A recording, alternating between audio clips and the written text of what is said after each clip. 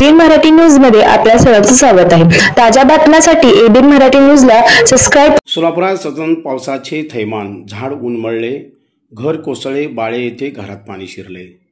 सोलापुरात बुधवारी सुरू असलेल्या संततधार पावसामुळे शहरातील विविध भागात धोकादायक घटना घडत आहेत।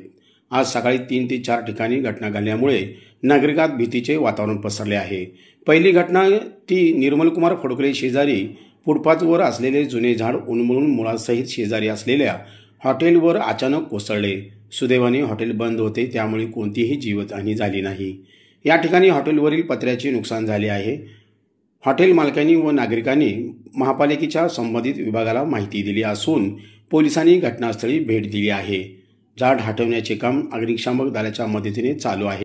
दुसरी घटना साहित्यरत्न अण्णाभाऊ साठे नगर जय मल्हार चौक येथील रहिवासी श्रीमती मंगलाबाई अशोक रणदिवे यांचे घर पहाटेच्या मुसळधार पावसामुळे पूर्णपणे कोसळून खाली आले आहे। घराच्या भिंती व पत्रे कोसळल्यामुळे घरातील संसर्गोपयोगी वस्तू मातीखाली गाडल्या गेल्या। या घटनेत कोणीही जखमी झाले नसले तरी रणदिवे कुटुंबाचे लाखोचे नुकसान झाले आहे। घटना शेजाऱ्यांनी धाव घेतली असता रणदिवे कुटुंबांना बाहेर काढले। महापालिकेचे आपत्कालीन व्यवस्थापक यांनी पंचनामा केला, तेथील नागरिकांनी माहिती दिली। मातंगोष्ठीमध्ये कालच्या रिमझिम पडणाऱ्या पावसाने भिजून 2 वर्षापूर्वी बांधण्यात आलेलं स्लॅबचं आरसीसी बांधकाम असलेलं स्लॅबचं घर जे पावसाच्या पाण्यामुळे पडलेलं आहे। सकाळी आम्ही आपत्कालीन व्यवस्थापन यांना ते माहिती दिलेली आहे। घरामध्ये साधारण 9 व्यक्ती होते, त्यामध्ये काही मुलं होती, काही महिला होत्या, 2 पुरुष होते। त्यापैकी 2 महिलांना आणि एका लहान मुलाला जखम झालेले आहे। किरकोळ जखम आहे, जास्त गंभीर आणि जीवितहानी कुठल्या प्रकारची झालेली नाही। आपत्ती व्यवस्थापनचे लोक, फायर ब्रिगेडचे लोक, पोलीस अधिकारी येऊन घटनास्थळी दखल घेऊन गेलेले आहेत। तरी पण पुढील कार्यवाही आपण सर्वांनी करावी अशी आमची इच्छा आहे। तुम्ही त्यात जातीनं लक्ष द्यावं असं मी विनंती करतो। हॉस्पिटलला कोणाकोणाला घेऊन गेले? हॉस्पिटलला मंगल रणदिवे, त्यानंतर राजश्री रणदिवे आणि लहान मुलगा आयुष प्रकाश रणदिवे, या तिघांना आम्ही सिव्हिल हॉस्पिटलला तात्काळ उपचारासाठी पाठवलेलं आहे। तिसरी घटना बाळे येथील संतोषनगर भागात मुसळधार पावसाचे पाणी तेथील नागरिकांच्या घरात शिरले व घरातील संसर्गोपयोगी वस्तू खराब झाले। तेथील नागरिकांनी माहिती दिली।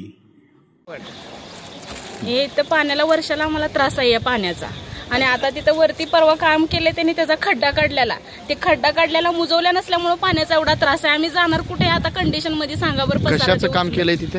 ते ड्रेनेजचं काम केलंय, ड्रेनेजचं काम, आणि ड्रेनेजला झाकणं सुद्धा नाहीयेत। आणि का पूर्ण ते वडा आलाय ना तिकडून, त्या वड्याचं काम त्यांनी परवा झाडी काढायचं केलं होतं। तिथं मोठा खड्डा काढलाय, तो खड्डाच मुजवला नाही त्यांनी, त्या खड्ड्याचं पाणी इकडे बाहेर पडलंय सगळं। आता हे टेंडर काढल्यावर जेसीबी येतो, जिथं आपला बार्शी रोड आहे तिथलं एक 10 फूटच स्वच्छ करून जातो, इकडं पुढे येत नाही। इकडं कातड्या आणि जे नैसर्गिक नाला आहे जो लहान झालेला आहे तो एकदा सुद्धा सोलापूर महानगरपालिका उकरत नाही, आणि इकडे सोलापूर महानगरपालिकेचे कर्मचारी एकदा सुद्धा येत नाहीत। त्यामुळे हे पाणी सगळ्यांच्या घरात चाललेलं आहे। कुठून आलेलं आहे पाणी नेमकं? हा पाणी काल जो पाऊस झाला हा वरून फ्लो येतो असं, आणि जे कॅनल भरलेले आहेत उजनीचे त्याचेही सुद्धा पाणी इकडच येते।